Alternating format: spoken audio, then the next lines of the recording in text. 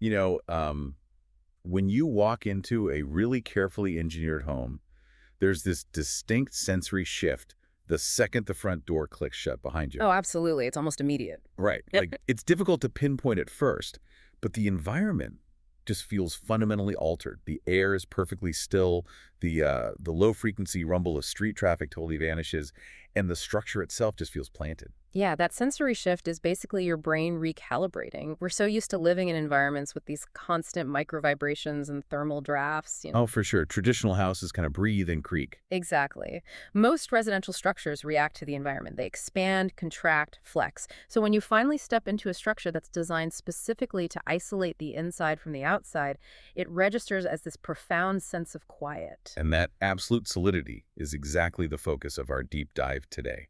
We are looking into the fascinating world of ICF, which stands for Insulated Concrete Form Construction. It's a really incredible building method and honestly a radical departure from traditional stick-built homes. Totally. And today, using some really comprehensive materials straight from a custom home builder in Ontario, our mission is to, look past those glossy standard home building brochures. Right, get into the actual mechanics. Exactly. We want to understand what an ICF wall actually is, weigh the true pros and cons, and finally demystify the real costs of building one. Which is so critical for anyone looking at high-performance housing right now. We aren't just talking about a different type of wood here. This is an approach that prioritizes comfort and, century-long durability. Yeah, so whether you are planning to build a custom home, looking to renovate, or just insanely curious about why some houses feel so much better than others, this deep dive is going to completely change how you look at the walls around you. It really will, because before we can even talk about whether ICF is worth the money, we have to understand exactly what is happening inside these walls. Right, the anatomy of it. Because the builder's documentation talks a lot about this concept of continuous insulation. Yeah, continuous insulation is the foundational principle here. So think about a standard wall, right? It's built using wooden studs, and you stuff insulation into the cavities between those studs. Just standard pink fiberglass or whatever. Exactly. But the fatal flaw there is thermal bridging. Every single one of those wooden studs acts as a bridge, conducting heat right out of your house in the winter or pulling the heat in during the summer. Because wood isn't a great insulator. Right, not at all. So when a wall is, 20% wood framing, you basically have a massive gap in your thermal defense. Which kind of makes me think of an analogy. It's basically like wearing a really heavy winter parka, but you slash the fabric open every 16 inches and stitch in a strip of cotton. That is a great way to picture it, actually. Like the down feathers in the coat might be super warm, but the cold is still just going to bypass all of that and go right through those cotton strips. Yes, that illustrates the thermal penalty perfectly. And that is exactly what an ICF wall fixes. It's essentially a sandwich. A really heavy sandwich. Very heavy. It consists of 2 permanent layers of dense, rigid foam panels. So you've got this unbroken layer of foam on the outside and another unbroken layer of foam on the inside. And what's in the middle? That cavity between the foam is where all the heavy lifting happens. That's where you put the steel reinforcement and then you pour in the concrete. So let me unpack this. It's basically like building a house out of heavy-duty concrete-filled Legos that you just never take apart. That's exactly what it is. The foam forms stay in place permanently, acting as that continuous insulation, while the concrete core does all the structural work. Wow. Okay, so the concrete never actually touches the outside air. Right, and it never touches the inside air either. Because it's a solid monolithic structure, you get far fewer weak points. It doesn't rot, it doesn't warp, and it doesn't develop what the builder calls a seasonal personality, like wood framing does. A seasonal personality. I love that. Like when your doors suddenly don't shut right in July because of the humidity. Exactly. An ICF wall doesn't care if it's July or January, and that continuous insulation method is exactly why the wall performs so well against high winds and severe weather, too. Okay, so now that we know what this concrete and foam Lego wall actually is, how does that translate into the day-to-day experience of living inside it? Well, the primary benefits homeowners notice aren't the things you see on a spec sheet. They're the things you feel. Like the temperature stability. Because I have to bring up this mind-blowing stat from the sources. We're looking at an actual Enbridge gas bill for the builder's 3,000 square foot ICF show home in Ontario. Oh, this is the best part. It's wild. So in the absolute coldest month of the winter, maintaining a steady 20 degrees Celsius inside, it costs them just $117.45 to heat the entire house. Which is almost unheard of for a 3,000 square foot home in an Ontario winter. Right. And the month before that was only $99.21. It's incredible, but the mechanism driving that isn't just the foam insulation, it's the thermal mass of the concrete smoothing out those temperature swings. So it acts like a battery for the heat. Precisely. Thermal mass stores thermal energy. The concrete core absorbs the ambient temperature of the house, charging up to that 20 degrees. So when the exterior temperature drops at night, the walls slowly radiate that stored heat back into the rooms. Meaning the furnace doesn't have to kick on every 10 minutes and blast dry air everywhere? Exactly. It eliminates cold spots and drafts completely. Okay, but let me push back on this slightly. That sounds amazing on paper, but honestly, when I hear concrete walls, I immediately think of, like, a cold, drafty parking garage. Why doesn't an ICF house feel like a bunker? It's a really common concern, but you have to remember the sandwich structure.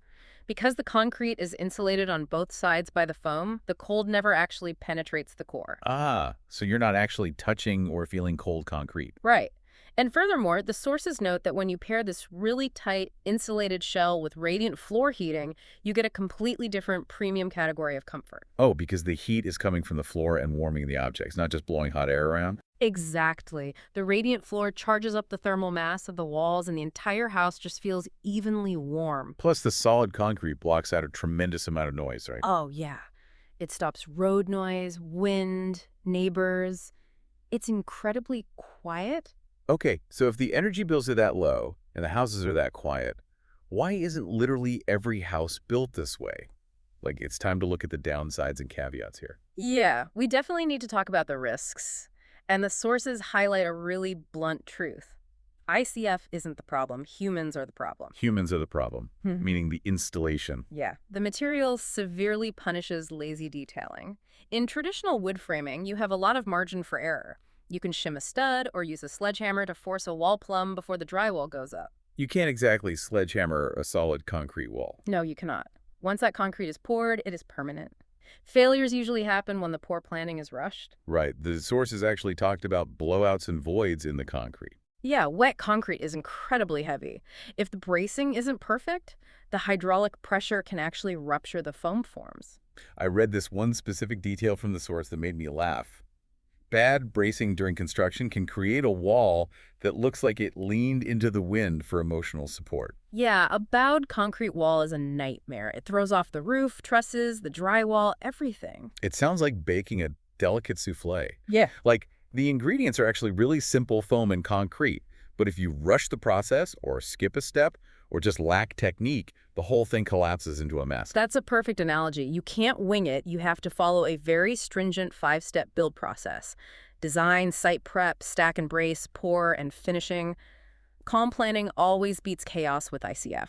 And the site prep phase seems especially critical.